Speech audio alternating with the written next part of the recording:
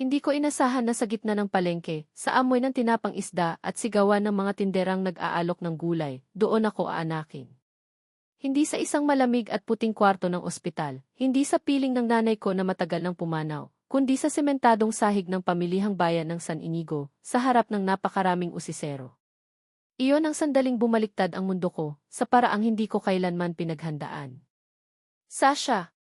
Diyos ko, anong nangyayari sa'yo? Ang tarantang boses ni Marie, ang kaibigan kong mas nerbiyosa pa sa manok na ninakawan ng itlog, ang unang bumasag sa pagkatulala ko. Nakasalampak ako sa sahig, basang-basa ang duster kong bulaklakin, at may matinding kirot na gumuguhit mula sa balakang ko pababa sa aking mga binti. Ang isang kamay ko'y nakahawak sa naninigas kong tiyan, habang ang isa na may nakakapit sa bayong ng mga gulay na nagkalat na ngayon sa paligid ko, mga kamatis na naging halos kasing pula ng mukha ko sa hiya at sakit. Yung panubigan ko pumutok na yata, hirap kong sabi, habang pinipigilan ang isang daing. Ano? Teka. Tulong! Tulungan niyo kami, sigaw ni Marie, at ang boses niya tila sirena ng ambulansyang naghahanap ng daan sa gitna ng trapik.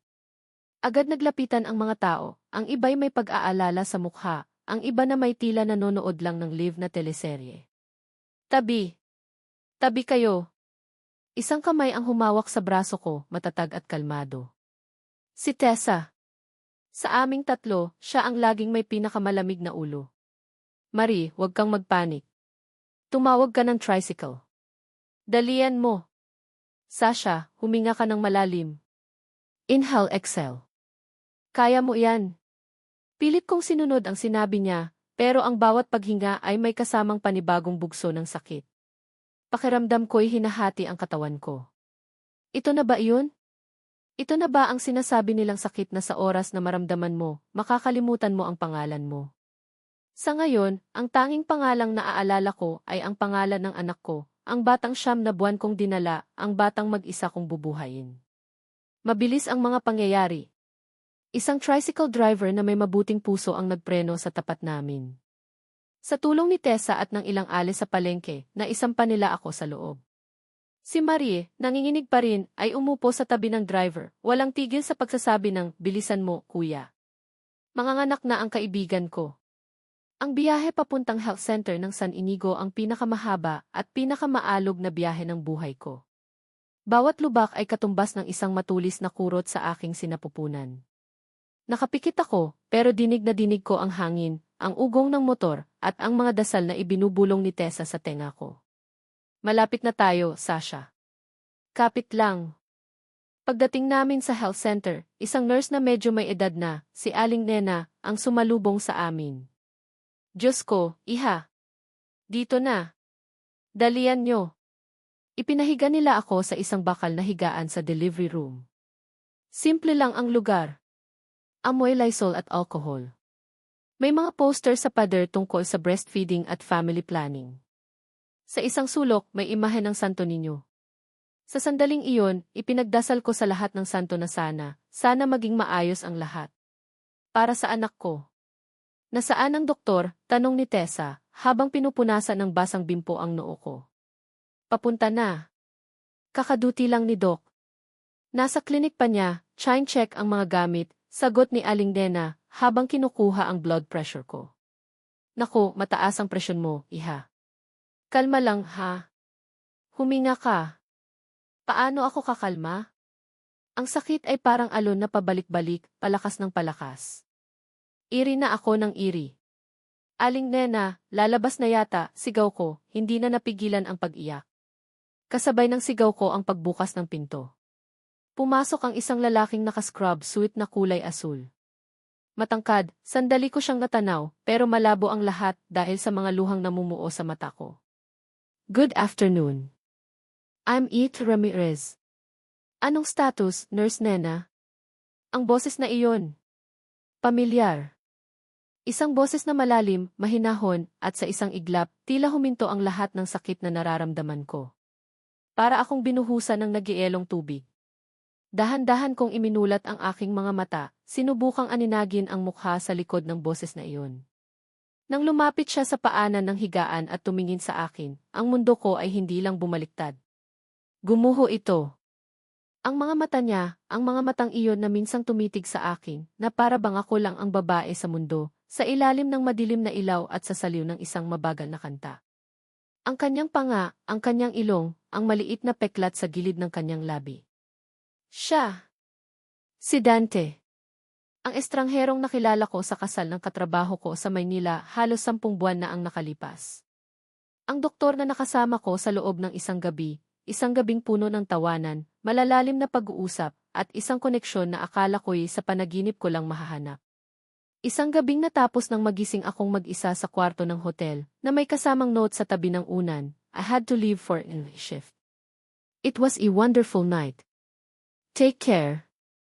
Walang pangalan. Walang numero. Parang isang magandang alaala na hindi na dapat balikan. At ngayon, heto siya.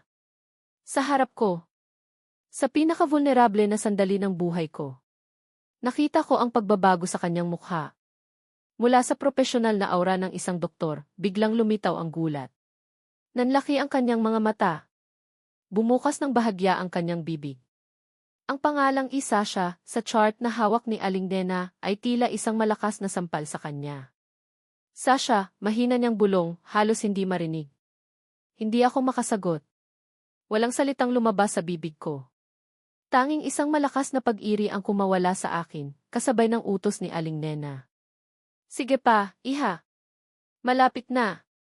Ulo na. Isa pa. Ang titigan namin ay nabasag. Ang nakaraan ay biglang itinulak papalayo ng kasalukuyang puno ng sakit at pangangailangan. Ang doktor sa harap ko ay hindi na si Dante, ang lalaki mula sa isang gabing iyon. Siya si E. Ramirez, ang taong kailangan kong pagkatiwalaan sa buhay ng anak ko. Ipinikit ko ang aking mga mata at ibinuhos ang lahat ng natitira kong lakas. Isinantabi ko ang hiya, ang takot, ang gulat, ang mga tanong na nagsisimulang mabuo sa isip ko. Bakit siya nandito? Paano siya napadpad sa San Inigo? Naaalala pa kaya niya ako ng buo? Isa pa, Sasha. Malapit na, sigaw niya, ang boses niya ay nagbabalik sa pagiging profesional, pero may kaunting panginginig. Isang huling, matinding tulak. Isang sigaw na tila nagmula sa kaibuturan ng aking kaluluwa. At pagkatapos, isang nakabibinging katahimikan na sinundan ng pinakamagandang tunog sa buong mundo. Ang iyak ng isang sanggol. It's a boy. A healthy baby boy, sabi ni Ike Ramirez, ang boses niya ay pagod pero malinaw. Nang imulat ko ang aking mga mata, nakita ko si Aling Dena na inaasikaso ang aking anak. Maliit, kulubot at umiiyak ng napakalakas. Ang aking anak. Ang aming. Napatingin ako kay Dante. Nakatingin siya sa sanggol, hawak-hawak ito ng nurse. Sa kanyang mga mata, nakita ko ang pagod ng isang doktor na katatapos lang ng isang matagumpay na delivery. Pero sa ilalim niyon, may iba pa. Isang emosyong hindi ko mabasa. Pagkalito. Pagtataka. Pagkatapos, tumingin siya sa akin. Ang aming mga mata ay muling nagtagpo sa ibabaw ng umiiyak na sanggol na siyang nag-ugnay sa aming nakaraan at sa hindi inaasahang hinaharap. Walang nagsalita. Hindi na kailangan. Sa gitna ng amoy ng dugo at disinfectant, sa delivery room ng isang maliit na health center, sa isang bayang hindi niya pinagmulan, sa harap ng isang sanggol na kakakita pa lang sa liwanag ng mundo. Alam naming dalawa na ang gabing akala nami isang tuldok lang ay simula pa lang pala ng isang napakahabang pangungusap. At ang tanong na nakabitin sa hangin, mas mabigat pa sa pagod na nararamdaman ko, ay iisa lang, ano ang susunod? Lumipas ang 3 linggo. 3 linggo ng halos hindi pagtulog, ng pag-aaral kung paano maging ina, at ng pilit na pag-iwas sa isang multo ng nakaraan na ngayon ay may pangalan na, si Dante Ramirez.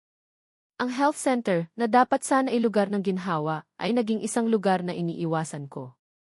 Ang bawat pag-check up ni Kian ay tila isang pagsubok sa kakayahan kong magpanggap na wala lang ang lahat.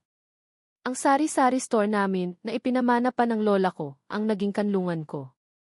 Dito, sa gitna ng mga nakasabit na sachet ng kape at shampoo, ng mga delata at chichirya, ay naramdaman kong ligtas ako. Ang pamilyar na tunog ng pagbukas ng bote ng soft drinks at ang tanong na may yelo po, ay naging musika sa aking pandinig. Dito, ako si Sasha, ang may-ari ng tindahan. Si Sasha, ang nanay ni Kian. Hindi si Sasha, ang babaeng may itinatagong sekreto. Isang hapon, habang abala ako sa pag-aayos ng mga paninda at si Kian naman ay mahimbing na natutulog sa duyan na isinabit ko sa loob ng tindahan, isang anino ang tumabon sa munting espasyo ko. Magandang hapon. Ang boses na iyon. Ang boses na pilit kong iwinawaglit sa isip ko tuwing gabi. Dahan-dahan akong lumingon. Nakatayo sa labas ng rehas ng tindahan si Dante. Hindi na siya naka-scrub suit, kundi isang simpleng puting t-shirt at maong pants. Mukha siyang pagod, may bahagyang pangingitim sa ilalim ng kanyang mga mata, pero hindi nabawasan ang tindig niya. Dok, tipid kong sagot, pilit na pinanatiling normal ang tono ng boses ko. Anong kailangan mo? Tumingin siya sa paligid, sa mga nakasabit na buhay bawang at sitsirya. Wala naman. Napadaan lang. Kamusta ka na? At ang baby? Okay lang kami, sabi ko, habang inaayos ang isang supot ng asukal na hindi naman talaga kailangang ayusin. Anumang bagay, para lang hindi siya tingnan sa mata. Malakas si Kian. Kian. Inulit niya ang pangalan, tila nilalasap. Magandang pangalan. Hindi ako sumagot.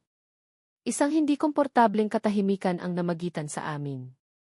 Dinig na dinig ko ang paghilik ng aking anak at ang malayong tahol ng aso.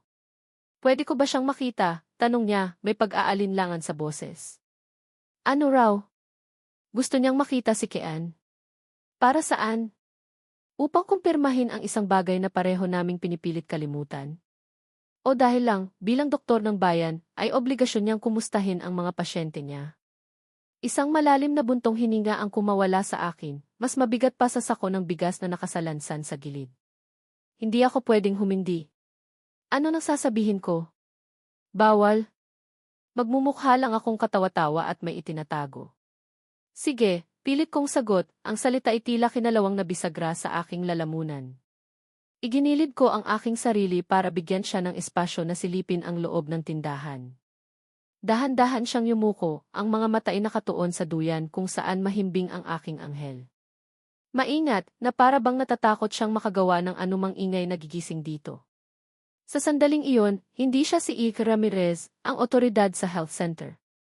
Siya lang si Dante, isang lalaking tinitingnan ang isang natutulog na sanggol. Habang nakatitig siya, nagising si Kian. Hindi siya umiyak. Dahan-dahan lang niyang iminulat ang kanyang mga mata, kumurap-kurap at tumitig pabalik sa mukha ni Dante na nasa itaas niya. At doon, sa ilalim ng katanghalian, sa gitna ng alikabok at amoy ng sukat-toyo, nakita ko ang hindi ko dapat makita.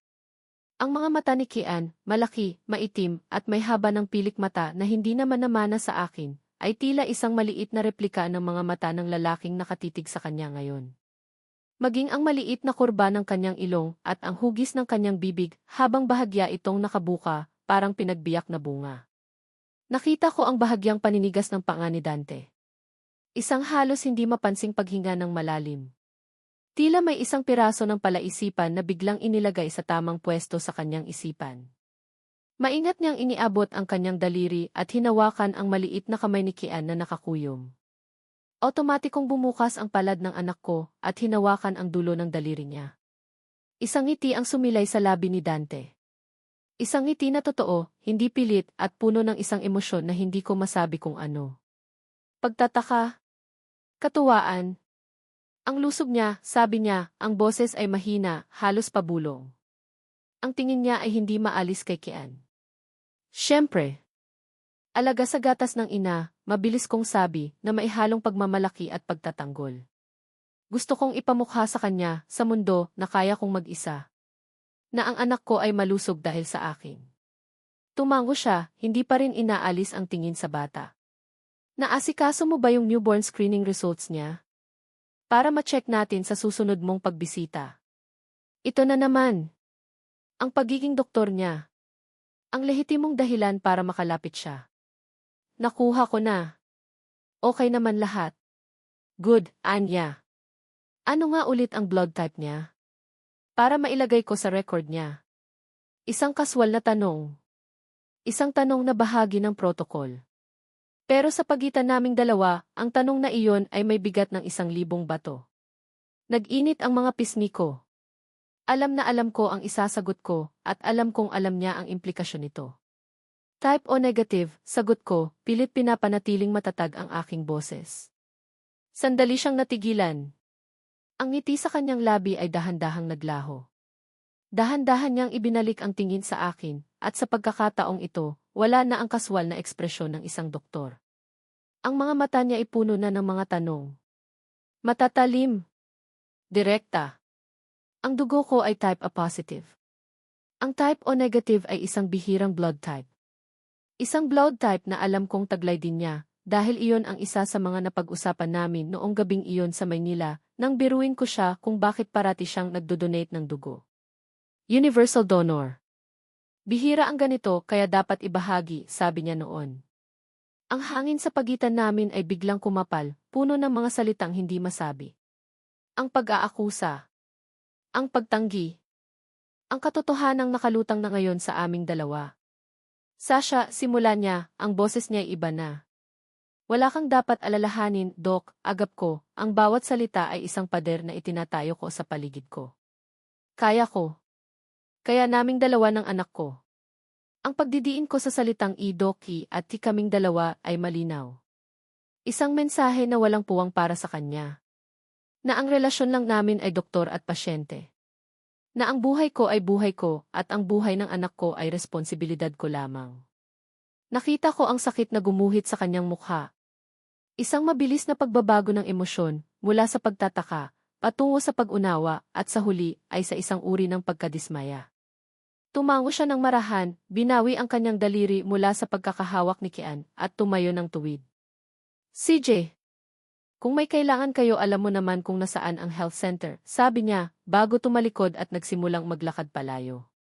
Habang pinagmamasdan ko siyang papalayo, isang malalim na hininga ng ginhawa ang pinakawalan ko. Pero panandalian lang iyon.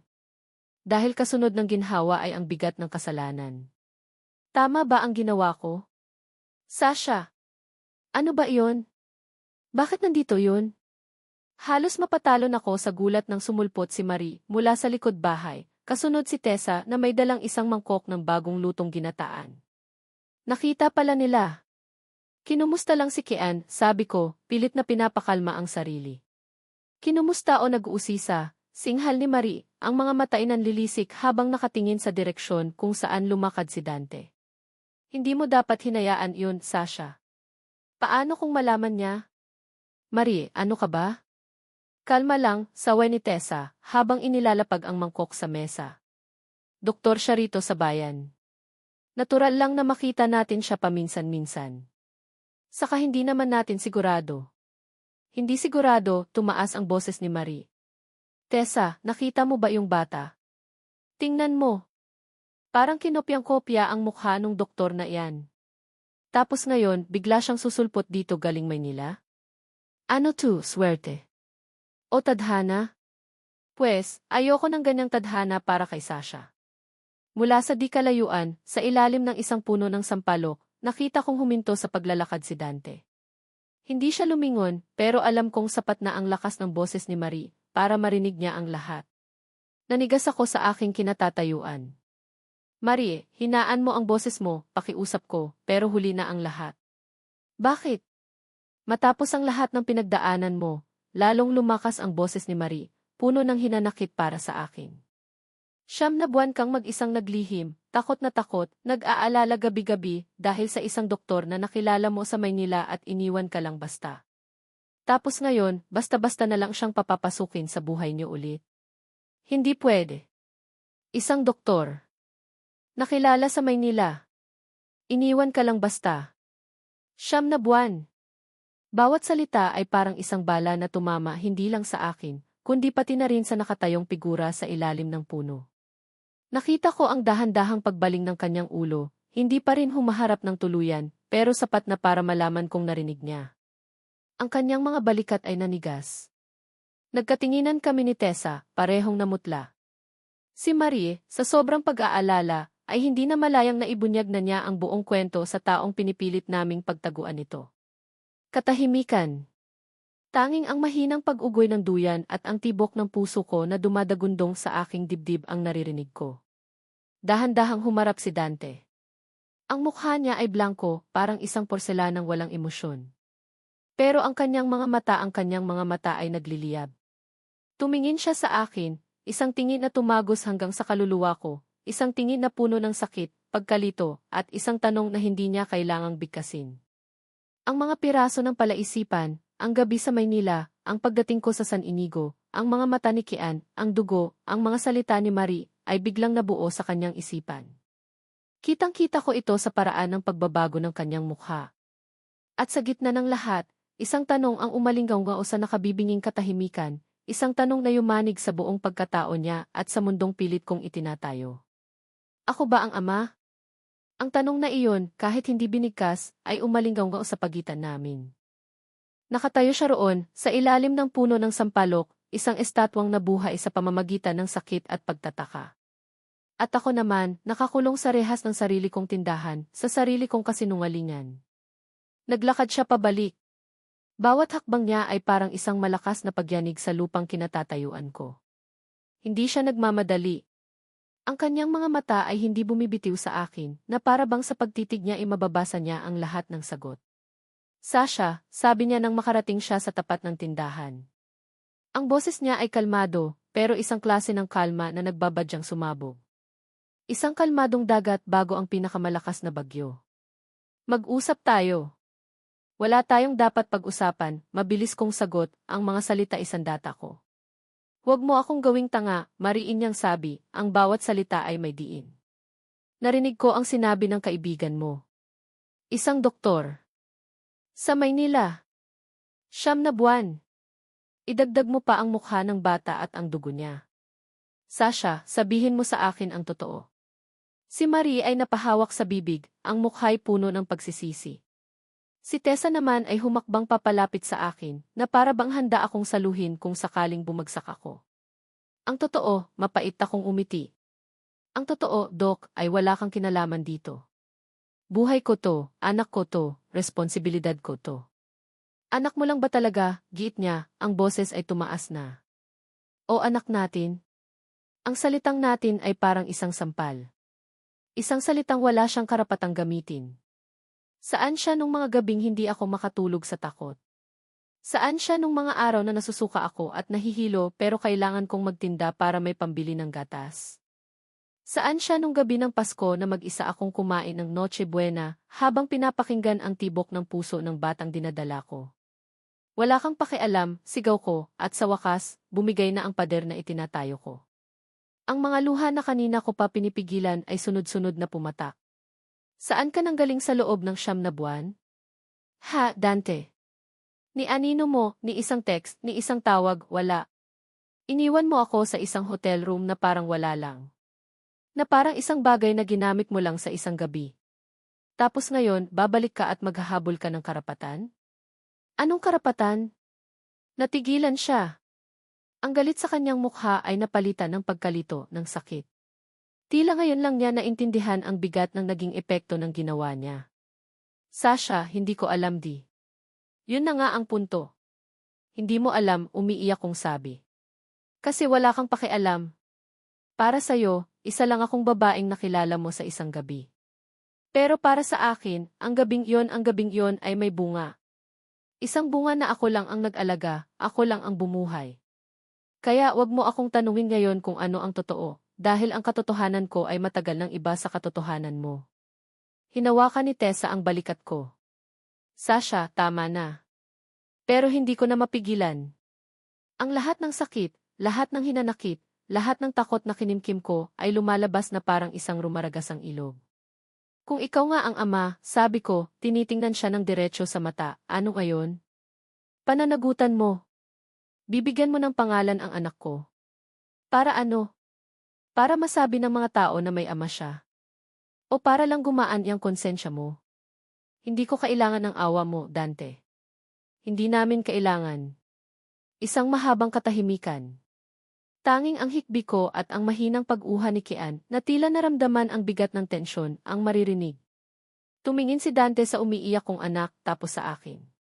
May gusto siyang sabihin pero walang salitang lumabas. Ang kanyang mga mata ay puno ng isang emosyong hindi ko pa nakikita sa kanya dati, isang pinaghalong pagsisisi at pagkatalo.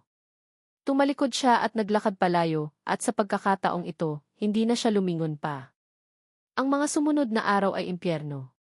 Kumalat sa maliit na bayan ng San Inigo ang usap-usapan. Hindi man direkta pero ramdam ko. Ang mga titig ng mga ale sa palengke na mas matagal kaysa dati. Ang mga bulungan na biglang hihinto kapag dumadaan ako. Ang sari-sari store ko ay naging sentro ng atensyon. Ang apo ng dalaga sa tapat ng bakery ay nagkaroon na ng pangalan. Si Dante, hindi ko na nakita. Sabi ni Aling Nena nang magpabakuna ako kay Kian, nag-leave daw muna. Siguro ay umuwi ng Maynila. Siguro ay kailangan din niyang lumayo. Isang parte sa akin ang nakahinga ng maluwag. Pero isang parte rin ang nakaramdam ng kirot. Kailangan mong lumabas, Sasha, sabi ni Tessa isang linggo pagkatapos ng insidenteng iyon. Pista ng barangay natin. Hindi pwedeng magkulong ka na lang dito habang buhay. Ayoko, sabi ko. Pag-uusapan lang nila ako. Hayaan mo sila, sabat ni Marie. Ipakita mong hindi ka apektado. Isama mo si Kian. Maganda yung bata, dapat makita ng lahat kung gaano ka kagaling na ina. Sa huli, napilitan din ako. Para kay Kian. Ayokong lumaki siyang nakikita ang isang inang nagtatago sa anino ng hiya. Gabi ng pista. Ang plaza ng San Inigo ay puno ng buhay. May mga banderitas na may iba't ibang kulay na nakasabit sa mga poste. Ang amoy ng inihaw na baboy at isaw ay nangingibabaw sa hangin. Isang banda ang tumutugtog ng mga lumang kanta ng Fes Ampersand ko sa entablado. Puno ang mga mesa ng mga pamilyang nagtatawanan at nagkakainan. Nakahanap kami ng pwesto malapit sa malaking puno ng akasya. Kasama namin si Lola Goring, ang pinakamatandang residente sa kalye namin. Isang masayahing matanda na medyo malakas uminom ng beer kapag may okasyon. Aba, Sasha, iha. Mabuti naman at lumabas ka, bati niya sa akin, sabay kurot sa pisngi ni Kian na karga-karga ko. At itong apo ko sa tuhod, ang lusog-lusog. Mana sa Lola, pagbibiro niya. Pilit akong ngumiti. Sa gitna ng ingay at kasiyahan, unti-unti akong nakakaramdam ng kaunting kapayapaan. Siguro nga tama sila Marie at Tessa. Kailangan ko lang malibang. Pero ang kapayapaan ay panandalian lang. Sa kabilang mesa, sa ilalim ng isa pang tolda, nakita ko siya. Si Dante. Kasama niya ang kapitan ng barangay at ilang mga konsehal. Nakasuot siya ng isang simpleng polo shirt, pero kahit sa layo, kitang-kita ko pa rin ang pagod sa kanyang mukha. Nagtama ang aming mga mata. Isang segundo lang. Isang segundong puno ng bigat ng nakaraan. Agad akong umiwas ng tingin. Nako, andyan pala si Doc, sabi ni Lola Goring na nakainom na ng ilang bote ng beer. Medyo namumula na ang kanyang mga pisngi. Ang sipag na bata niyan. Napakabait pa. Alam niyo ba, kanina ay ginamot niya ang sugat sa tuhod ng apo ni Aling Pasita. Libre lang. Walang bayad. Tumango-tango lang kami. Ayokong pag-usapan siya.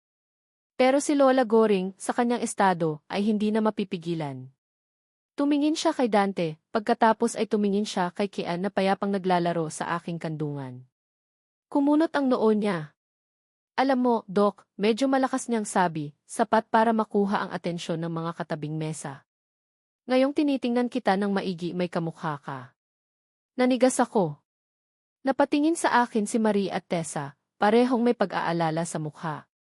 Nako, Lola, lasing na po yata kayo, sabi ni Tessa, sinusubukang ibahin ang usapan. Pero hindi nagpaawat si Lola Goring. Itinuro niya si Kian. Kamukha mo yung apo ko sa tuhod. Yung apo ng dalagang iyan na tagatapat ng bakery.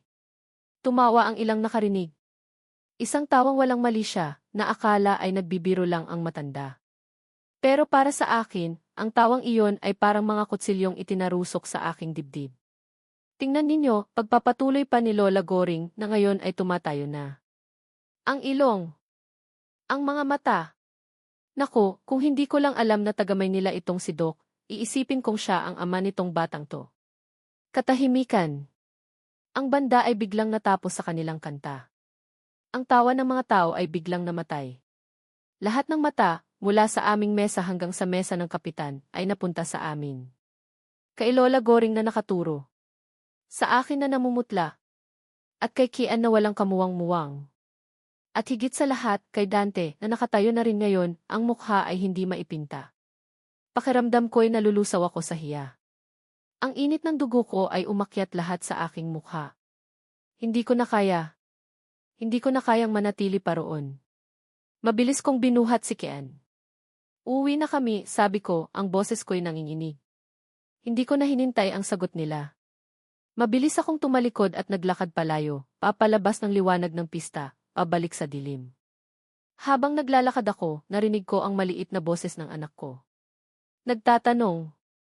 Inosente. Mama, bulong niya, habang nakatingin sa direksyon kung saan namin iniwan ang lahat. Papa daw yun? Sa tanong na iyon, gumuho ang lahat ng natitira kong lakas. Huminto ako sa ilalim ng isang madilim na poste, niyakap ng mahigpit ang aking anak, at doon umiyak ng walang tunog. Ang daan pa uwi mula sa plaza ay madilim, tanging ang liwanag mula sa buwan at sa ilang poste ng ilaw ang gumagabay sa aking mga hakbang. Ang ingay ng pista ay unti-unti nang humihina sa aking likuran, napapalitan ng tunog ng aking sariling paghinga at ng mahinang paghikbi ni Kian sa aking balikat. Ang tanong niya, Papa daw yun? Ay paulit-ulit na umuukil-kil sa aking isipan, isang matamis na punyal na bumaon ng malalim sa aking puso. Huminto ako sa ilalim ng isang puno ng nara, kailangan kong huminga. Niyakap ko ng mahigpit ang aking anak, ipinikit ang aking mga mata, at hinayaan ang mga luhang kanina ko pa pinipigilan na dumaloy. Dito sa dilim, kung saan walang nakakakita, hinayaan kong maramdaman ang lahat, ang hiya, ang sakit, ang pagod. Sasha! Isang boses mula sa likuran ko ang bumasag sa aking pag-iisa. Hindi ko kailangang lumingon para malaman kung sino iyon. Ang boses na iyon ay nakatatak na sa bawat himaymay ng aking pagkatao. Hindi ako kumibo. Nananatili akong nakatalikod, yakap-yakap si Kian na tila siya ang kalasag ko laban sa mundo, laban sa kanya. Narinig ko ang kanyang mga yabag sa sementadong kalsada, dahan-dahan papalapit. Huminto siya ilang hakbang lang ang layo sa akin. Ramdam ko ang kanyang presensya, ang bigat nito sa hangin. Narinig ko ang tanong niya, mahina niyang sabi. Sasha, kailangan kong malaman. Huwag na nating pahirapan ang mga sarili natin. Ang pagod sa kanyang boses ay hindi ko inaasahan. Wala ang galit na nakita ko kaninang hapon. Wala ang pag-aakusa. Tanging isang pagod na kaluluwang naghahanap ng kasagutan. Dahan-dahan akong humarap sa kanya. Sa dilim, bahagya ko lang maaninag ang kanyang mukha, pero sapat na para makita ang pangingilid ng luha sa aking mga mata. Ang lahat ng lakas ko ay naubos na. Ang lahat ng pader na itinayo ko ay gumuho na. Wala nang natira kundi ang hubad na katotohanan. Bulong ko, ang salita ay garalgal at basag. Ibinaba ko ang aking tingin, hindi kayang salubungin ang kanyang mga mata. Dante. Anak mo siya. Isang nakabibinging katahimikan. Walang hangin na umiihip. Walang kuliglig na humuhuni. Tanging ang tibok ng aming mga puso. Nakita ko siyang bahagyang napaatras, na para bang sinuntok siya sa sikmura. Ang kanyang mga kamay ay naikuyom sa kanyang tagiliran. Ang kanyang paghinga ay biglang naging mabigat. Ilang sandali siyang hindi nakapagsalita. Nakatitig lang siya, hindi sa akin, kundi sa natutulog na bata sa aking mga bisig. Sa kanyang anak. Nang sa wakas ay tumingin siya sa akin, ang kanyang mga mata ay puno ng isang bagyo ng mga emosyon, gulat, sakit, pagkalito, at isang bagay na hindi ko matukoy. Takot. Bakit hirap niyang sabi? Bakit hindi mo sinabi? Isang mapait na tawa ang kumawala sa aking lalamunan. Sinabi. Paano? Kanino? Sa isang note na walang numero at pangalan? Hinanap kita, Dante. Sa abot ng aking makakaya. Nagtanong-tanong ako sa mga katrabaho ko, pero walang nakakakilala sa'yo. Isa ka lang daw kaibigan ng groom. Isang estranghero. Isang multo. Paano ko sasabihin sa isang multo na magiging ama na siya? Ang bawat salita ko ay puno ng hinanakit na matagal kong kinimkim. At para ano pa? Nung nalaman kong buntis ako, takot na takot ako. Pero mas natakot ako sa ideyang hahanapin kita at itatatwa mo lang ako. Napagtatawanan mo lang ako. Mas madaling tanggapin na mag-isa ako kaysa tanggapin na tinanggihan ako ng ama ng anak ko. Tumingin ako sa kanya, at sa pagkakataong ito, may lakas na sa aking boses. Ngayon, nandito ka. Nakita mo na siya. Narinig mo na mula sa bibig ng ibang tao.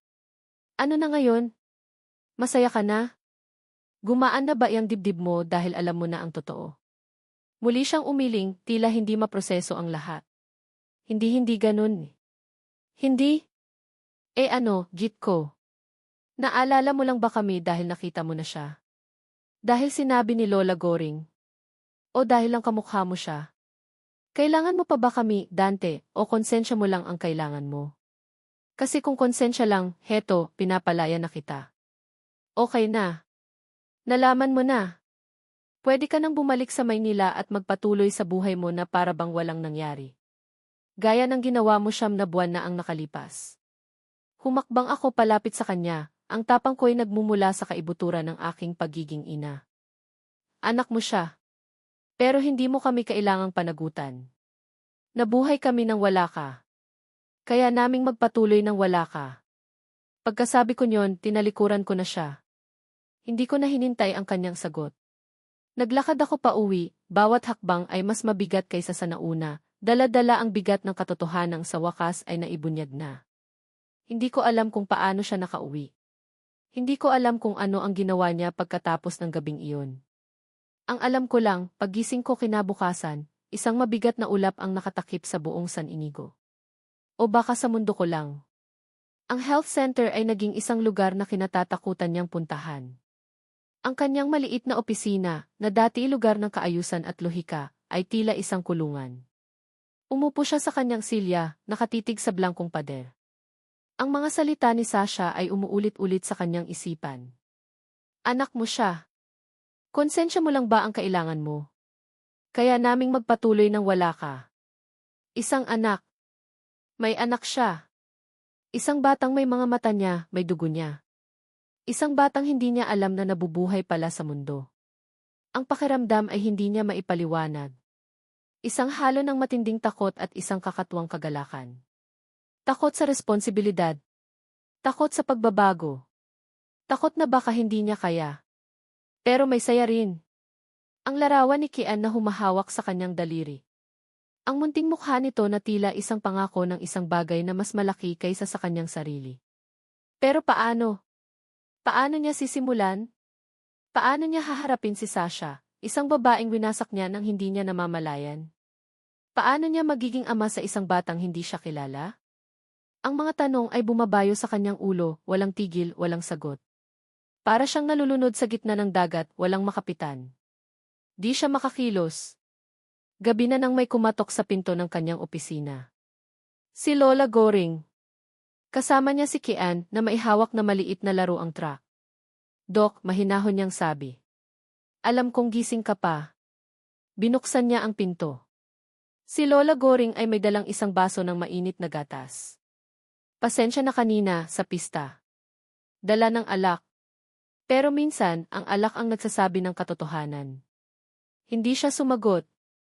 Tumingin lang siya kay Kian na ngayon ay nahihiyang nagtatago sa likod ng palda ng matanda. Iniabot ni Lola Goring ang gatas sa kanya. Hindi ako naparito para sermonan ka, Dante. Naparito ako para sabihin sa iyo ang isang bagay na dapat mong malaman. Huminga siya ng malalim. Ang ama mo, kilala ko. Hindi personal, pero alam ko ang kwento. Isang mabuting tao, pero mahina. Nang magkaroon ng problema, tumakbo siya. Iniwan niya ang pamilya niya. Iniwan ka niya. Natigilan si Dante. Paano nalaman ng matanda? Ang maliit na bayan ay may mahahabang tenga, anak, sabi ni Lola Goring, na tila nabasa ang kanyang isip. Huwag mong ulitin ang pagkukulang ng ama mo. Ang isang pagkakamali ay hindi na itatama ng isa pang pagkakamali. May anak ka. Isang biyaya. Huwag mong talikuran. Pumasok si Kian sa loob ng opisina, ang pagkausyoso ay nanaig sa hiya. Lumapit siya kay Dante at walang salitang iniabot ang hawak niyang laro ang truck.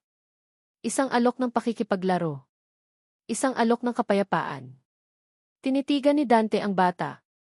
Ang inosenteng mukha, ang malalaking mata na puno ng pagtitiwala. Bigla niyang naalala ang tanong nito sa pista. Bakit umiiyak si Mama? Dahil sa kanya. Siya ang dahilan. Siya ang dahilan ng sakit. Siya ang dahilan ng mga luha. Siya ang dahilan ng 9 na buwang pag-iisa. Isang bagay ang bumigay sa loob niya. Ang pader ng takot. Ang pader ng pag-aalinlangan. Isang mainit na likido ang namuo sa kanyang mga mata. Yumuko siya, hindi para abutin ang laruan, kundi para itago ang mukha niya sa kanyang mga palad. At doon, sa harap ng isang matandang babae at ng isang batang hindi pa niya lubos na kilala, unang beses sa napakatagal na panahon, umiyak si Dante Ramirez. Hindi isang marahas na pag-iyak, kundi isang tahimik, nanginginig na pag-agos ng mga luha. Luha ng pagsisisi para sa nakaraan na hindi na niya maibabalik. Luha ng takot para sa hinaharap na hindi niya alam kung paano haharapin. At higit sa lahat, luha para sa isang babae at isang batang nasaktan niya ng husto. Naramdaman niya ang isang maliit na kamay na dumampi sa kanyang tuhod. Dahan-dahan niyang ibinaba ang kanyang mga kamay at tumingin. Si Kian. Hindi takot, hindi nagtataka. Nakatitig lang ito sa kanya, ang mga matay puno ng isang simpleng pag-unawa na tanging isang bata lang ang may kakayahang magbigay. Okay ka lang, Papa Doktor, tanong ng bata sa kanyang utal na pananalita, isang pangalang nabuo mula sa mga salitang narinig niya. Ang salitang si Papa ay tumusok sa kanyang puso. Hinawakan niya ang maliit na kamay na nakapatong sa kanyang tuhod. Mainit. Tutu. Ang kamay ng kanyang anak. Sa kabilang dako ng bayan, sa maliit na kwarto sa likod ng sari-sari store, tahimik na nakaupo si Sasha sa gilid ng kama. Gising pa siya. Yakap niya ang isang unan, nakatitig sa bintana kung saan sumisilip ang liwanag ng buwan. Si Kian ay mahimbing nang natutulog sa kanyang tabi, ang paghingay payapa, walang kamalay-malay sa bagyong nagaganap sa mundo ng kanyang mga magulang. Pagkatapos ng pag-uusap nila ni Dante, isang kakaibang kapayapaan ang bumalot sa kanya. Ang kapayapaan na dulot ng pagpapalaya sa isang mabigat na sikreto. Wala nang pagtatago. Wala nang kasinungalingan. Ito na. Ito na ang katotohanan. Pero kasabay ng kapayapaan ay ang isang malaking espasyo ng kawalan. Ano na ngayon? Ano ang susunod na kabanata? Mananatili ba si Dante? O aalis, gaya ng sinabi niya? Isang parte sa kanya ang umaasang mananatili ito. Isang maliit, hangal na parte na hindi pa rin nakakalimot sa gabing iyon sa Maynila. Ang parte na naniniwala sa koneksyong naramdaman nila. Pero ang mas malaking parte, ang parte ng isang ina na natutong maging matatag, ay nagsasabing mas mabuti nang umalis siya. Dahil ang pananatili dahil sa obligasyon ay mas masakit kaysa sa pag-alis dahil sa kawalan ng nararamdaman. Niyakap niya ang kanyang anak. Ang init ng munting katawan nito ang nagsilbing paalala sa kanya kung bakit siya lumalaban. Para sa batang ito, kaya niyang harapin ang lahat. Mag-isa. Hinaplos niya ang buhok ni Kian. Anak, bulong niya sa natutulog na bata. Kahit anong mangyari, nandito si Mama. Palagi. Tayong dalawa lang, sapat na. Isang luha ang pumatak mula sa kanyang mata at tumulo sa pisngi ng kanyang anak. Isang luha hindi ng sakit, kundi ng pagtanggap. Sa health center, tumayo si Dante. Pinunasan niya ang kanyang mga luha. Tumingin siya kay Lola Goring, isang tingin ang pasasalamat. Pagkatapos ay yumuko siya hanggang sa magkapantay ang mukha nila ni Kian. Ang mga mata ng bata ay malaki at puno ng pag-usisa, walang bahid ng paghusga. Dahan-dahan, inabot ni Dante ang kanyang kamay at kinuha ang laruang truck mula sa palad ni Kian. Ang plastik na laruan ay tila may bigat ng 1,000 pangako. Salamat dito, Kian, sabi ni Dante, ang boses niya ay mahina pa rin at medyo paos dahil sa pag-iyak, pero wala na ang panginginig. Mayroon ng bagong katatagan. Ang ganda ng truck mo. Isang maliit na ngiti ang sumilay sa labi ng bata. Bukas, laro tayo, sabi ni Kian, ang mga salita ay simple at puno ng pag-asa. Ang salitang bukas. Isang salita na kanina lang ay kinatatakutan ni Dante, ngayon ay tila isang imbitasyon. Isang pagkakataon. Tumango siya, isang tunay na ngiti ang unang beses na gumuhit sa kanyang labi sa loob ng maraming araw. Kian. Bukas. Maglalaro tayo. Nakita ni Lola Goring ang lahat. Isang matamis na ngiti ang namutawi sa kanyang mga labi. Ang misyon niya ay tapos na. Halika na, apo. Gabi na. Kailangan ng matulog, malambing niyang sabi, habang marahang hinihila ang kamay ni Kian. Hayaan na muna natin ang papadoktor mo na magpahinga. Tumayo si Dante at sinamahan sila hanggang sa pinto. Bago sila umalis, tumingin ulit sa kanya si Lola Goring. Walang salitang namutawi, pero sa mga mata ng matanda, nakita ni Dante ang isang mensahe. Nasa iyo na ang bola, anak. Huwag mong bitawan. Nang maisara niya ang pinto, sumandal siya rito. Napakabigat pa rin ang pakiramdam, pero hindi na ito ang bigat ng pagkalunod. Ito na ngayon ang bigat ng isang responsibilidad na handa na niyang pasanin. Ang kanyang maliit na opisina ay hindi na parang isang kulungan. Ito na ngayon ang kanyang simula. Lumapit siya sa bintana at tumingin sa labas, sa direksyon ng kalyeng tinitirhan ni Sasha. Sa di kalayuan, natanaw niya ang isang maliit na bumbilya na nakasindi pa sa tapat ng isang tindahan. Ang tindahan ni Sasha. Ang tahanan ng kanyang pamilya. Naalala niya ang mga salita nito, matatalim at puno ng sakit, hindi mo kami kailangang panagutan. Siguro nga, hindi siya kailangan ni Sasha. Siguro nga, kaya nilang mabuhay nang wala siya. Ngunit sa sandaling iyon, habang hawak-hawak ang munting laruang truck, naintindihan ni Dante na hindi na ito tungkol sa kung ano ang kailangan nila. Ito ay tungkol sa kung ano ang gusto niya. At sa kauna-unahang pagkakataon, nang walang pag-aalinlangan, inamin niya sa sarili niya, gusto kong maging ama. Gusto kong subukan. Gusto ko silang makasama. Ang tanong na kailangan mo pa ba kami o konsensya lang, ay maisagot na sa wakas. Hindi lang konsensya. Higit pa roon. Kinailangan kong aminin sa sarili ko, may nagbago. Pagkatapos ng gabing iyon sa health center, kung saan nakita ni Lola Goring at Kian ang pag-iyak ni Dante, isang hindi nakikitang kasunduan ang tila nabuo sa pagitan naming lahat. Isang kasunduan na walang salitaan, walang pirmahan. Ang kasunduan ay simple lang, subukan natin. Tingnan natin. Dahan-dahan. Si Dante, sa kanyang parte, ay tumupad sa pangako niya kay Kian. Hindi siya nagmamadali. Hindi niya ako pinilit na mag-usap kami tungkol sa atin. Ang kanyang diskarte ay banayad, matyaga, at nakatuon sa iisang bagay lamang, ang makilala ang kanyang anak. Ang unang pagkakataon ay isang hapon, 3 araw pagkatapos ng pista. Nakaupo si Kian sa isang maliit na bangkito sa labas ng tindahan, kinakausap ang kanyang luma at medyo pipis na teddy bear. Ako naman, nasa loob, nag-aayos ng mga inventory. Aray. Aray po, sabi ni Kian sa kanyang laruan. May sugat ka, Pochi. Naku, dumudugo. Napangiti ako. Ang imahinasyon ng anak ko ay walang kapantay. Maya-maya, isang anino ang tumigil sa tapat ng tindahan. Ang puso ko'y biglang kumabog ng mas mabilis. Si Dante. Nakatayo lang siya roon, pinapanood si Kian. Hindi siya tumitingin sa akin.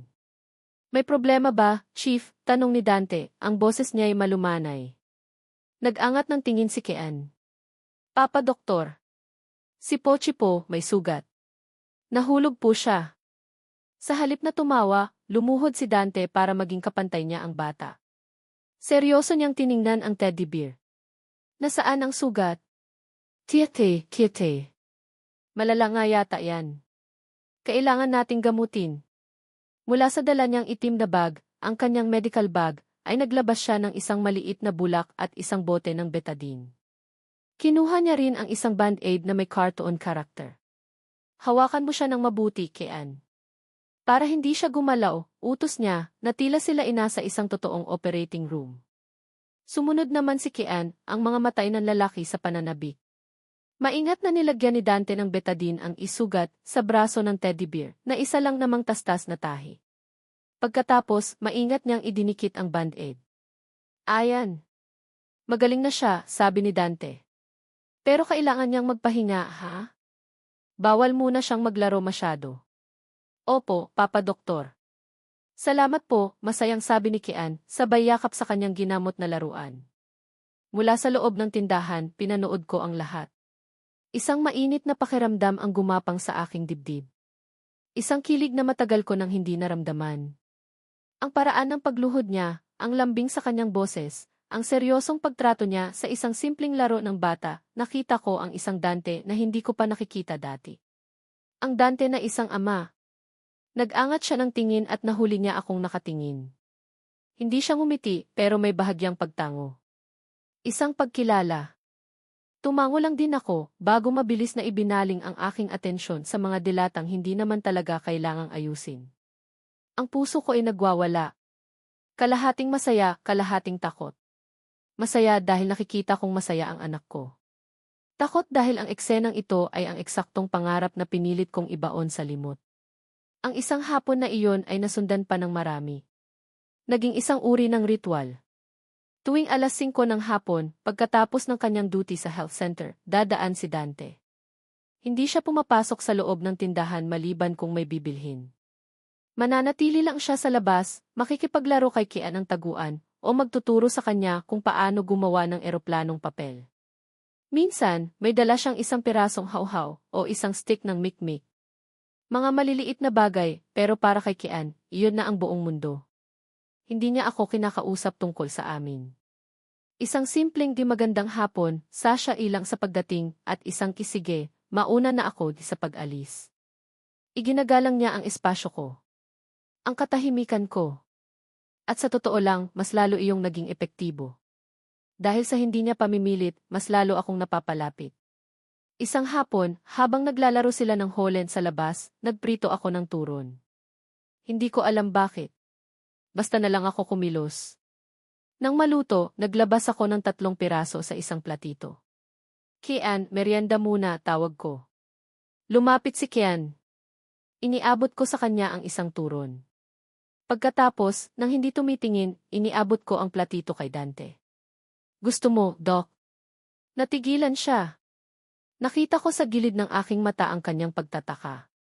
Salamat, Sasha, sabi niya, ang boses niya ay maihalong gulat at pasasalamat. Umupo silang dalawa sa bangkito, magkatabing kumakain ng turon. At ako, nakatayo sa loob ng tindahan, pinapanood sila. Para kaming isang pamilya. Isang normal na pamilyang nagmemeryenda sa hapon. Ang pag-asang matagal ko nang ikinulong ay unti-unting kumakawala. Ang tunay na pagbabago ay dumating isang Sabado ng umaga. Walang pasok si Dante. Ako naman ay abala sa paglilinis ng bahay. Si Kian, tahimik na nakaupo sa sahig ng aming munting sala, abala sa kanyang mga krayola at papel. Mama, tingnan mo, tawag niya sa akin. Lumapit ako, dala-dala ang isang basahan. Inilatag niya sa sahig ang kanyang obra maestra. Isang drawing.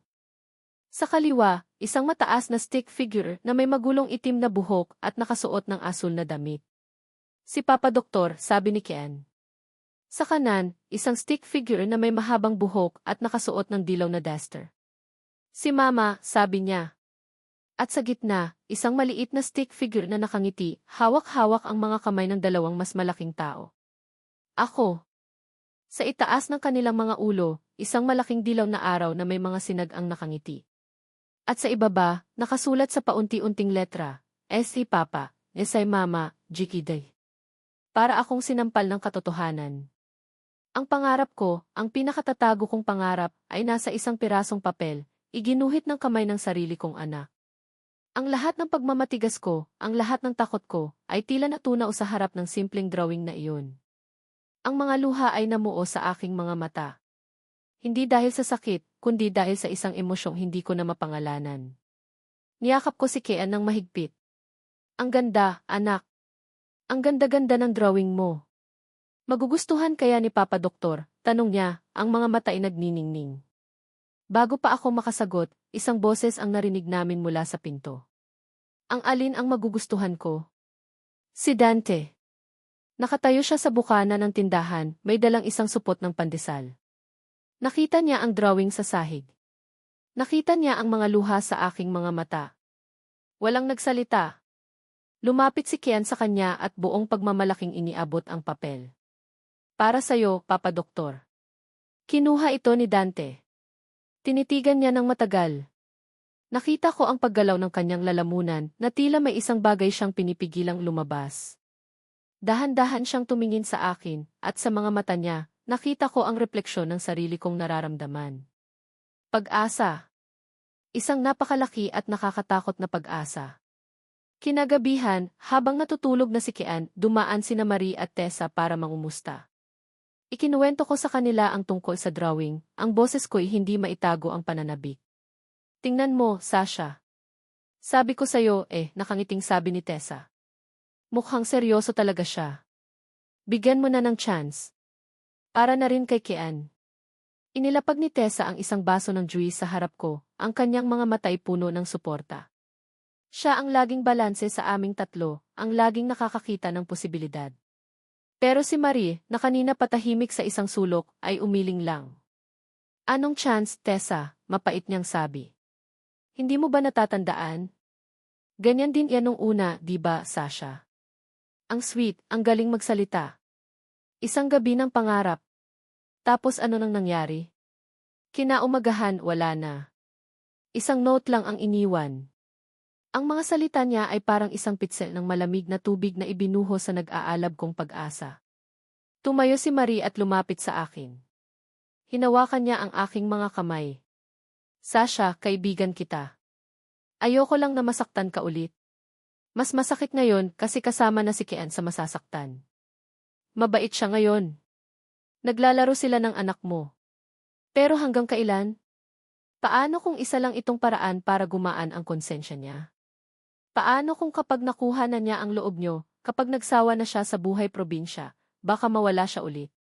Ang mga salitang iyon, baka mawala siya ulit, ay tumama sa akin ng napakalakas. Iyon ang pinakamalaki kong takot. Ang takot na ang pangarap na iginuhit ni Kian ay isa lang palang panandali ang sandali, na sa isang iglap ay pwede na namang maging isang masakit na alaala. Napatingin ako sa drawing ni Kian na nakadikit na ngayon sa ref si Papa. Si Mama. At ako. Ang pangarap ng isang bata ay simple lang. Pero ang daan patungo roon para sa aming mga matatanda ay napakakomplikado pala. Puno ng pag-asa, pero puno rin ng mga multo ng nakaraan. Nasa gitna ako ngayon. Sa pagitan ng pag-asang hatid ni Dante at ng takot na ipinaalala ni Marie. At hindi ko alam kung alin ang mas dapat kong pakinggan. Ang mga salita ni Marie ay naging isang tinik na bumaon ng malalim sa aking puso. Baka mawala siya ulit. Bawat pagdaan ni Dante sa hapon, bawat laro nila ni Kian, bawat ngiting ibinibigay niya sa akin, lahat ay may kasamang anino ng pagdududa. Ito ba ay totoo? O isa lang itong pansamantalang yugto sa kanyang buhay, isang utang na kailangan lang bayaran bago siya tuluyang lumisan? Naging mas maingat ako. Mas malayo. Ang mga simpleng alok ng turon ay nawala. Ang mga tango ay naging tipid.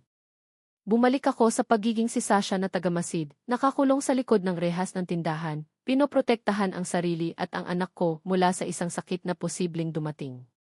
Naramdaman ito ni Dante. Nakita ko ito sa kanyang mga mata.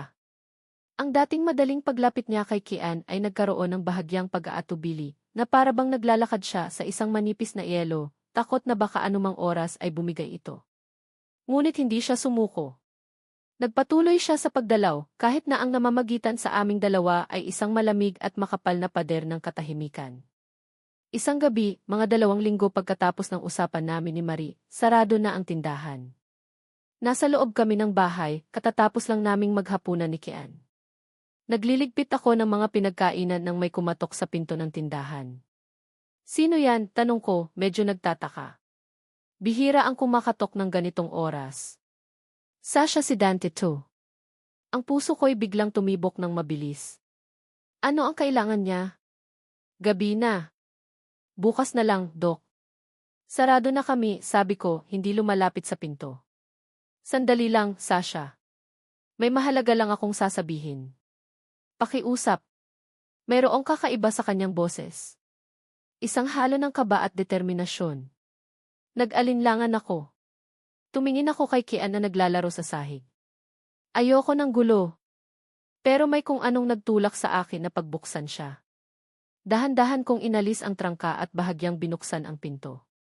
Nakatayo siya roon, sa ilalim ng dim na ilaw ng bumbilya sa labas. Nakasuot siya ng malinis na polo shirt. Ang kanyang buhok ay maayos na nasuklay. Hindi siya mukhang galing sa duty. Mukha siyang may sadya. Pwede ba akong pumasok? Tanong niya. Nag-aalangan akong tumango.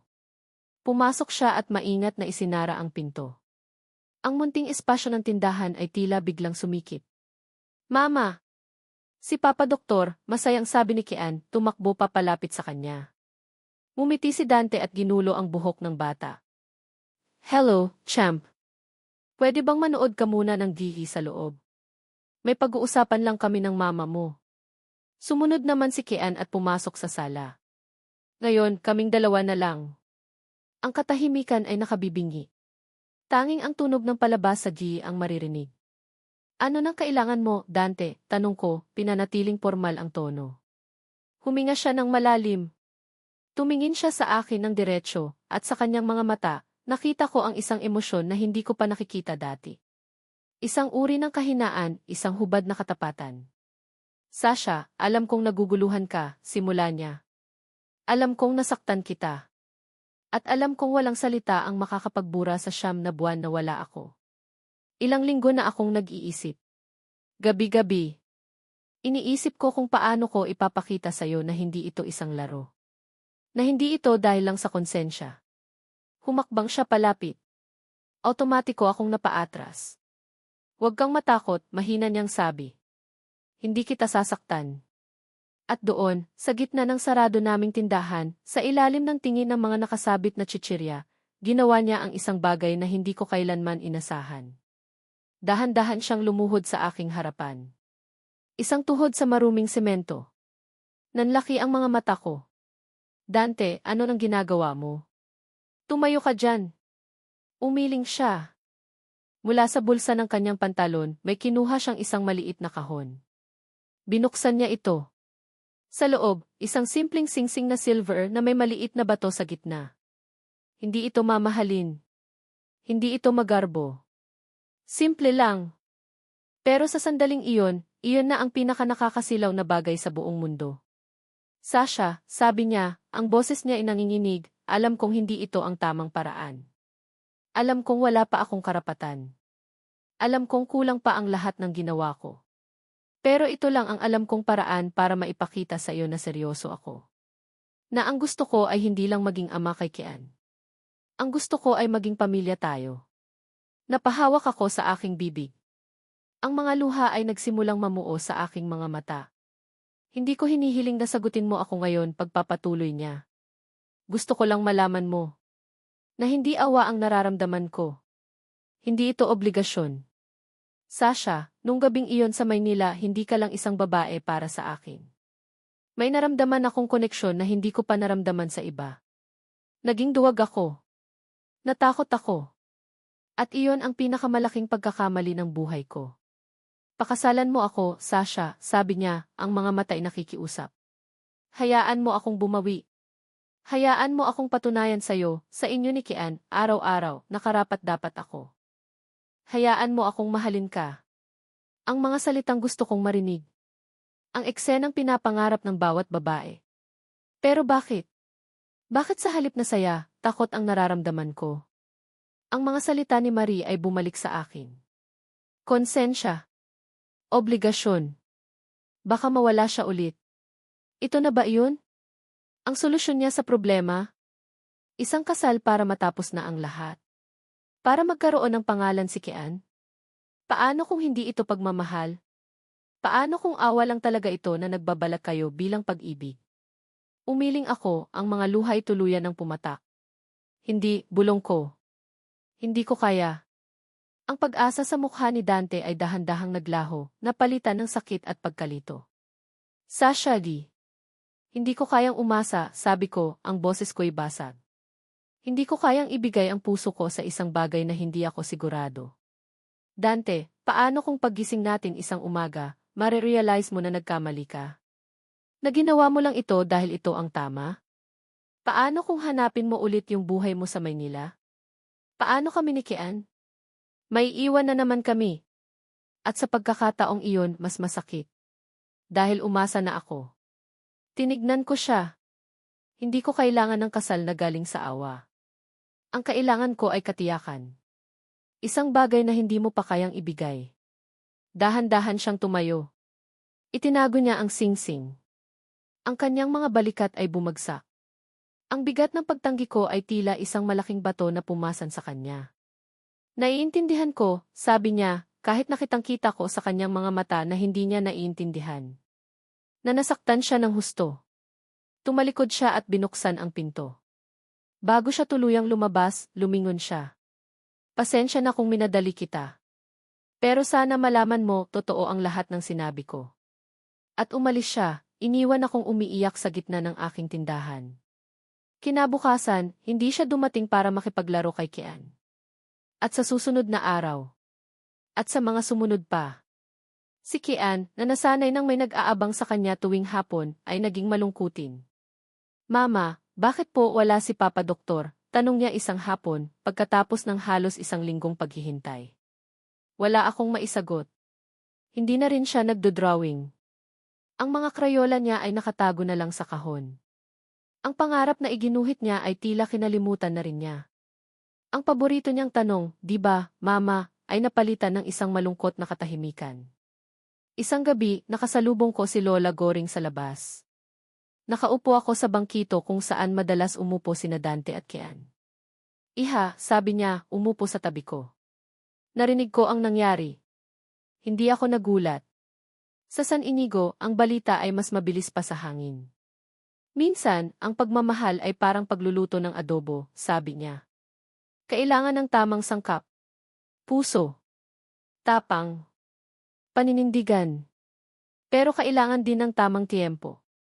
Masyadong maaga, hilaw. Masyadong matagal, sunog. Tumingin siya sa akin.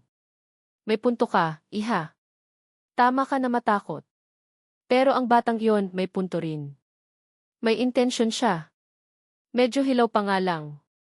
Maya-maya, dumaan si Dante sa kabilang kalsada. Nagtama ang aming mga mata. Isang mabilis, malamig na tingin bago siya nagpatuloy sa paglalakad. Pinuntahan siya ni Lola Goring.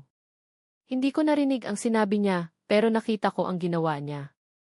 Isang marahan, pero mariing sampal sa pisngi ni Dante. Hindi isang sampal ng galit, kundi isang sampal na gumigising. Hindi sapat ang intensyon kung kulang sa paninindigan, dinig kong sabi ng matanda. Kung mahal mo talaga, hindi ka susuko sa unang pagtanggi. Patunayan mo. Hindi sa salita. Sa gawa. Nakatayo lang doon si Dante, hawak ang kanyang pisngi. Nakatingin sa direksyon ko. At naintindihan ko. Pareho kaming nasasaktan. Pareho kaming natatakot. At sa gitna naming dalawa, may isang batang nalulungkot, hindi naintindihan kung bakit bigla na lang ayaw na yata ni Mama kay Papa. May mga desisyon sa buhay na sa una ay akala mo tama, dahil iyon ang pinakamadali, ang pinakaligtas. Ang pagtanggi ko sa alok ni Dante, iyon ang desisyon ko. Isang pader na itinayo ko para protektahan ang puso ko at ang puso ni Kian. At sa mga unang araw pagkatapos nyon, sinabi ko sa sarili ko na tama ang ginawa ko. Nakahinga ako ng maluwag. Nawala ang bigat sa aking dibdib, ang bigat ng pag-aabang, ng pag-aalinlangan. Pero ang kapayapaang naramdaman ko ay tulad lang ng katahimikan sa mata ng isang bagyo. Panandalian. Dahil nang mawala si Dante, isang mas malalim na kawalan ang pumalit dito. Hindi siya nagpaalam. Isang umaga, nalaman ko na lang mula kay Aling Nena sa health center na nag-file siya ng indefinite leave. Umuwi raw muna ng Maynila. May aasikasuhin daw na importante, sabi ng nurse, na may pagtataka sa mukha. Pero sa mga mata niya, alam kong alam niya na may mas malalim na dahilan. Walang sulat. Walang text. Walang huling salita. Umalis siya, gaya ng ginawa niya noon. Pero sa pagkakataong ito, iba ang pakiramdam. Hindi ito pag-abandona. Pakiramdam ko, ito ay pagbibigay galang. Isang tahimik na pag-atras para bigyan ako ng espasyong hiniling ko. At ang pag-atras na iyon, mas masakit pa pala kaysa sa isang maingay na pagtatalo. Ang pinakamatinding epekto ay nakita ko kay Kian. Ang masayahin kong anak ay naging matamlay. Ang mga hapon na dati puno ng tawa at laro ng holen ay napalitan ng tahimik na pag-upo sa bangkito, nakatingin sa kalsada, na tila may hinihintay na hindi na darating. Ang dating matanong na bibig ay madalas nang nakatikom. Mama, galit ka ba kay Papa Doktor? Tanong niya isang gabi, habang sinusuklayan ko ang kanyang buhok bago matulog. Natigilan ako. Hindi, anak. Bakit mo naman natanong? Kasi po umalis siya, sabi niya, ang boses ay malungkot. Dahil ba ayaw mo sa kanya? Niyakap ko siya ng mahigpit. Ano ang isasagot ko? Na natakot lang si mama? Na naging duwag ako? Hindi, anak. May kailangan lang siyang gawin. Babalik din siya. Isang kasinungalingan. Isang pangakong hindi ko alam kung matutupad. Ang sampal ni Lola Goring kay Dante. Ang mga salita niya, patunayan mo. Sa gawa. Siguro, ito ang gawa niya. Ang paglayo. Ang pagbibigay sa akin ng katahimikan. Isang paraan ng paghingi ng tawad sa pamamagitan ng kanyang pagkawala. Pero ang katahimikang ito ay nakabibingi. Ang katahimikang ito ay pumapatay sa akin, unti-unti. At pagkatapos, dumating ang ulan. Hindi isang simpleng ambon, kundi isang walang tigil na buhos na tila ba nakikidalamhati sa kalungkutan ng aming munting bayan. Ilang araw na madilim ang langit, maputik ang mga daan. Ang sari-sari store ay madalas na walang customer. Ang tanging naririnig ko lang ay ang patak ng ulan sa yero at ang tibok ng sarili kong puso na puno ng pagsisisi. Isang gabi, habang kasagsagan ng malakas na ulan, napansin kong sobrang init ni Kian. Ang kanyang mga pisngi ay namumula at ang kanyang paghinga ay tila hirap. Kinapitan ko siya ng thermometer.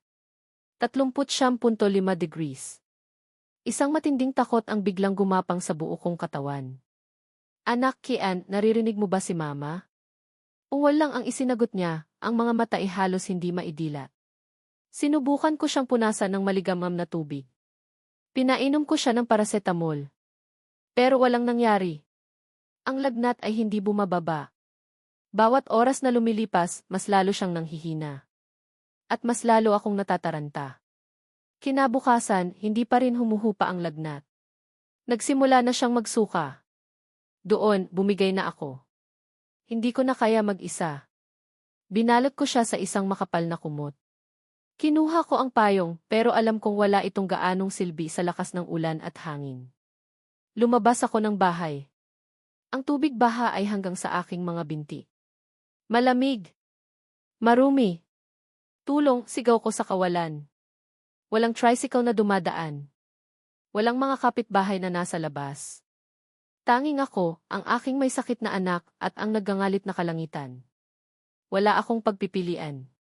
Niyakap ko ng mahigpit si Kian at nagsimula akong tumakbo. Takbo sa gitna ng ulan. Takbo sa gitna ng putik. Ang bawat hakbang ay mabigat. Ang hangin ay humahampas sa aking mukha. Ang mga luha ko ay humahalo sa ulan, walang nakakakita, pero ramdam na ramdam ko ang bawat patak. Diyos ko po, tulungan niyo kami. Huwag po ninyong pababayaan ang anak ko. Ang daan papuntang health center ay tila isang walang katapusang pagsubok. Bawat tapak ko, isang pangalan ang sinisigaw ng isip ko. Dante. Dante. Nasaan ka? Ang taong itinaboy ko ay ang siya mismong hinahanap ko sa oras ng aking pinakamatinding pangangailangan. Ang kabalintunaan ay isang mapait na sampal sa aking mukha. Nang sa wakas ay marating ko ang pinto ng health center, halos wala na akong lakas. Basang-basa, nanginginig sa ginaw at takot. Bumagsak ako sa sahig pagkapasok ko. Tulong ang anak ko, Di. Agad akong dinaluhan ni Aling Nena at ng isang bagong nurse. Kinuha nila si Kian mula sa aking mga bisig at mabilis na inasikaso. Mataas ang lagnat. Nagko-convulsion na yata, narinig kong sabi ng nurse. Ang salitang iyon, convulsion, ay isang punyal na tumusok sa aking pagiging ina. Pakiramdam ko'y gumuho ang mundo ko. Kinailangan naming isugod si Kian sa pinakamalapit na ospital sa kasunod na bayan. Ang health center ay kulang sa gamit. Ang biyahe sa ambulansya ay isang malabong alaala. Ang tanging natatandaan ko lang ay ang tunog ng sirena at ang paghawak ko sa maliit na kamay ng aking anak na may nakakabit na zi. Sa ospital, nagsimula ang mahabang pagbabantay. Dumating sina Marie at Tessa, basang-basa rin sa ulan. Si Tessa, praktikal gaya ng dati, ay may dalang isang bag ng mga damit para sa akin at mainit na pagkain. Si Marie naman, nang makita ako, ay niyakap lang ako ng mahigpit, hinayaang umiyak ako sa kanyang balikat. Kasalanan ko to, Marie, hikbi ko. Pinabayaan ko siya. Masyado akong naging abala sa sarili kong drama. Hindi mo kasalanan, sabi niya, kahit na alam kong sa isip niya, sinisisi niya rin si Dante. Magiging okay din si Kian. Matapang ang batang iyan. Nagpalitan sila sa pagbabantay sa akin. Si Tessa ang nag-aasikaso ng mga papel sa ospital. Si Marie naman ang katabi ko, tahimik na nagdarasal. Sa isang sulok ng waiting area, nakakita ako ng isang buong pamilya. Isang ama na inaalo ang kanyang umiiyak na asawa, habang ang kanilang anak ay nasa loob din ng emergency room. Isang ama na nandoon. Isang ama na hindi tumakbo. Ang kirot sa aking dibdib ay halos hindi ko na makayanan. 2 araw. 2 araw na nasa bingit ng alanganin si Kian. High-grade fever due to a bacterial infection, sabi ng doktor. Critical ang unang 48 na oras. Sa loob ng 2 araw na iyon, hindi ako halos kumain o natulog. Nakaupo lang ako sa isang upuan sa labas ng kanyang kwarto, nakatingin sa salamin ng pinto. Nakikita ko ang munting katawan niya, napapalibutan ng mga tubo at aparato. Bawat beep ng makina ay isang kaba sa aking dibdib. Sa ikalawang gabi, habang si Tessa ang kasama ko, hindi ko na napigilan. Lumuhod ako sa malamig na sahig ng ospital.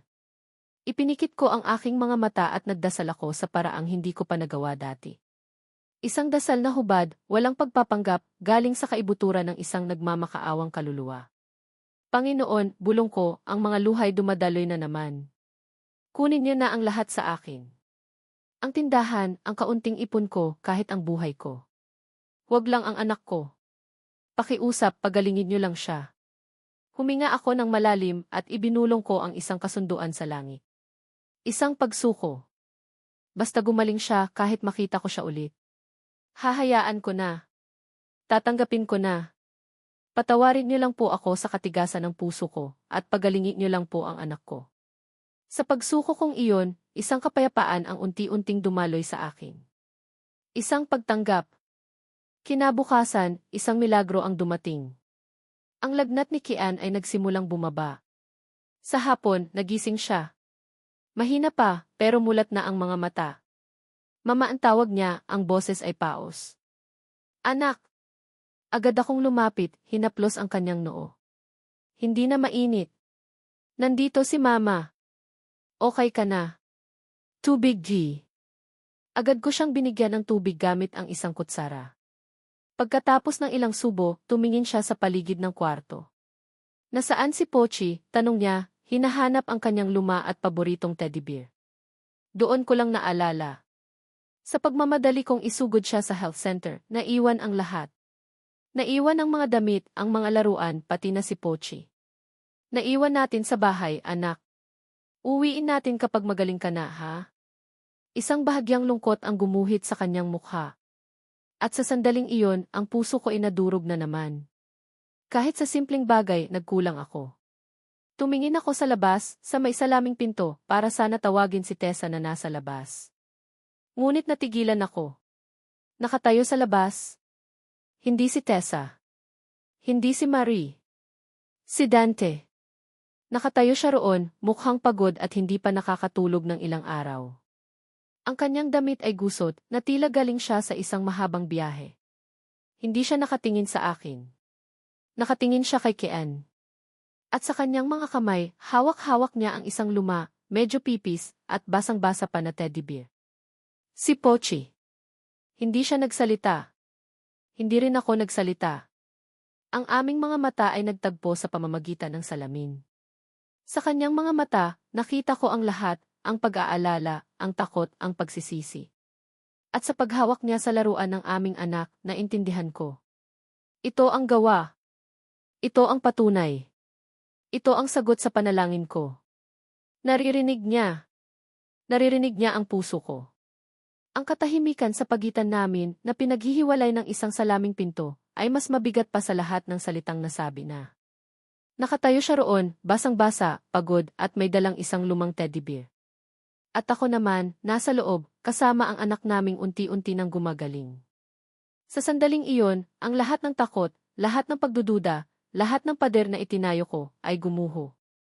Wala nang natira kundi isang simpleng katotohanan, kailangan namin siya. Kailangan ko siya. Dahan-dahan kong binuksan ang pinto. Hindi siya gumalaw. Naghihintay.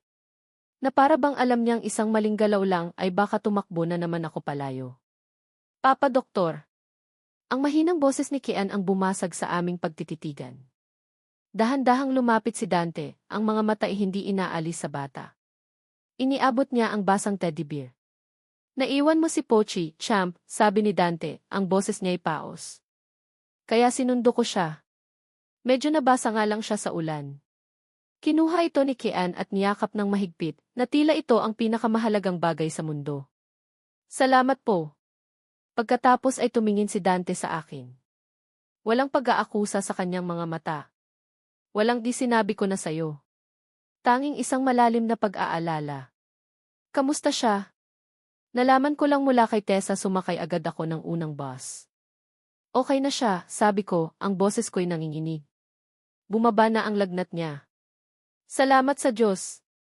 Tumango siya, at isang malalim na hininga ng ginhawa ang pinakawalan niya, na para bang isang napakabigat na pasanin ang naalis sa kanyang mga balikat.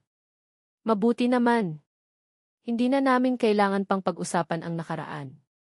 Ang presensya niya roon, ang dala-dala niyang teddy bear, ang pagod sa kanyang mukha, iyon na ang pinakamalinaw na paghingi ng tawad at pagpapatunay. Ang pag-alis niya sa San Inigo ay hindi pagtakas. Ito ay paghahanda. Sa mga sumunod na araw, habang nagpapagaling si Kian sa ospital, hindi na siya umalis sa aming tabi. Siya ang kausap ng mga doktor. Siya ang bumibili ng gamot. Siya ang nagbabantay sa gabi para makatulog ako. Hindi siya nagsasalita ng marami, pero ang kanyang mga kilos ay mas malakas pa sa anumang salita. Ipinakita niya sa akin kung ano ang ibig sabihin ng paninindigan. Sa gawa. Isang hapon, habang mahimbing na natutulog si Kian, lumabas kami para magkape sa kanti ng ospital. Umupo kami sa isang sulok, kaming dalawa lang. Sasha, simula niya, habang hinahalo ang kanyang kape. May mga inayos ako sa Maynila. Hinintay ko ang kasunod. Ang puso ko'y kumakabog. Ito na ba? Sasabihin na ba niyang kailangan na niyang bumalik? Nag-resign na ako sa ospital na pinagtatrabahuhan ko doon, sabi niya, tumingin sa akin ng diretsyo. At nag-apply ako para sa permanenteng posisyon dito sa San Inigo. Bilang Municipal Health Officer. Naaprubahan na. Natigilan ako. Ang tasa ng kape sa aking kamay ay bahagyang nanginig. Ano? Ayokong mawala ulit, sabi niya, at sa pagkakataong ito, narinig ko ang kasiguraduhan sa kanyang boses. Nung una akong umalis dahil duwag ako. Pero nung pangalawang beses, umalis ako para patunayan sa iyo na hindi ako duwag. Na kaya kong ayusin ang buhay ko para maging karapat-dapat sa inyo. Para kapag bumalik ako, hindi na salita ang dala ko, kundi katibayan. May kinuha siyang isang folder mula sa kanyang bag at inilapag ito sa mesa. Binuksan niya ito sa harap ko. Isang birth certificate. Ang birth certificate ni Kian. Sa espasyo para sa pangalan ng ama, nakasulat ang pangalan niya, Dante Ramirez. Ang mga luha ay muling dumaloy sa aking mga pisngi. Pero sa pagkakataong ito, luha na ng saya. Luha ng paghilom. Sasha, sabi niya, at sa pagkakataong ito, siya na ang unang umabot sa aking kamay. Hinawakan niya ito ng mahigpit. Hindi na ako magpo-propose sa gitna ng tindahan. Hindi na kita bibiglain. Pero ang tanong ko ay pareho pa rin. At maghihintay ako. Kahit gaano katagal. Hihintayin ko ang mo kapag handa ka na. Tumingin ako sa kanya, sa lalaking minsan kong itinuring na multo, ang lalaking minsan kong kinatakutan, ang lalaking itinaboy ko. At ngayon, nakikita ko na siya ng buo. Isang lalaking nagkamali, pero buong tapang na bumabalik para itama ang lahat. Hindi ko na kailangan pang maghintay. Bulong ko. Ano, tanong niya, na tila hindi makapaniwala sa narinig. Ngumiti ako sa gitna ng aking mga luha. Dante. Ang sagot ko ay... Isang ngiti ang sumilay sa kanyang labi, isang ngiti na tila kayang magbigay liwanag sa pinakamadilim na gabi. Hindi niya ako niyakap o hinalikan. Hinigpitan lang niya ang hawak sa aking kamay, na para bang iyon na ang pinakamahalagang bagay sa mundo. At para sa amin, iyon na nga. Hindi kami nagkaroon ng isang malaking kasal. Hindi namin kailangan. Ang kailangan namin ay isang simula. Ang aming kasal ay ginanap sa isang maliit na kapilya sa labas ng bayan. Simple. Tahimik.